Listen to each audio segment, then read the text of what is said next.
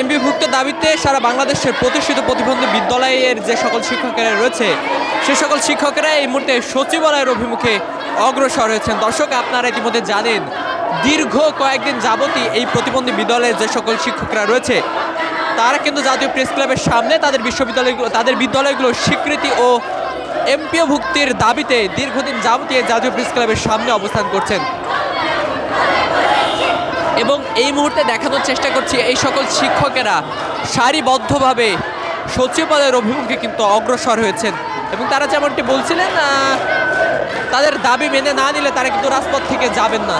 দর্শক, আমরা কথা বলার চেষ্টা করবো এখন উপস্থিত শিক্ষকদের সাথে এবং তাদের থেকে জানার চেষ্টা করবো আসলে তারা কি বলছেন। দর্শক, দেখছেন যে শিক্ষকরা কিন্তু সচিবালয়ের অভিমুখে রওনা হয়েছে।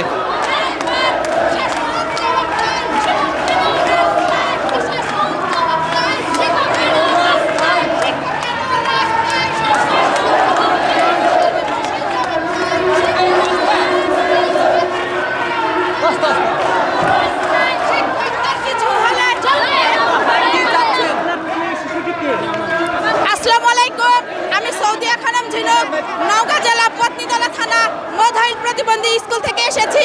আমাদের দাবি একটাই, বাংলাদেশের 1772টি প্রতিবন্ধী স্কুল আছে, এই স্কুলগুলো যেন দ্রুত এমপিও করা হয়। আমাদের একটাই দাবি, স্কুলগুলো যেন এমপিও ভুক্ত করা হয়। আজকে 23তম আন্দোলনে আমরা 26তম দিন অবস্থান করছি। এমপিও চাই, প্রতিবন্ধী স্কুলগুলো এমপিও চাই। আজকে 26তম দিন আমরা রাস্তায় বসে আছি, আমাদের অনেক সমস্যা। এমপিও চাই। দর্শক, যেমনটি দেখছেন যে বিভিন্ন ধরনের স্লোগান দিতে দিতে এই প্রতিবন্ধী বিদ্যালয়ের যে সকল শিক্ষকেরা রয়েছে তারা কিন্তু সচিবালয়ের অভিমুখে অগ্রসর হয়েছেন। দীর্ঘ কয়েকদিন যাবতীয় এই প্রতিবন্ধী বিদ্যালয়ের শিক্ষকেরা তারা জাতীয় প্রেস ক্লাবের সামনে অবস্থান করছেন এবং আজ সারা বাংলাদেশ থেকে যে প্রতিবন্ধী বিদ্যালয়গুলো রয়েছে সেই প্রতিবন্ধী বিদ্যালয়ের শিক্ষকেরা জাতীয় প্রেস ক্লাবের সামনে কিন্তু অবস্থান করছেন এবং এক পর্যায়ে তারা বিশাল একটি মিছিল নিয়ে সচিবালয়ের অভিমুখে কিন্তু অগ্রসর হয়েছেন।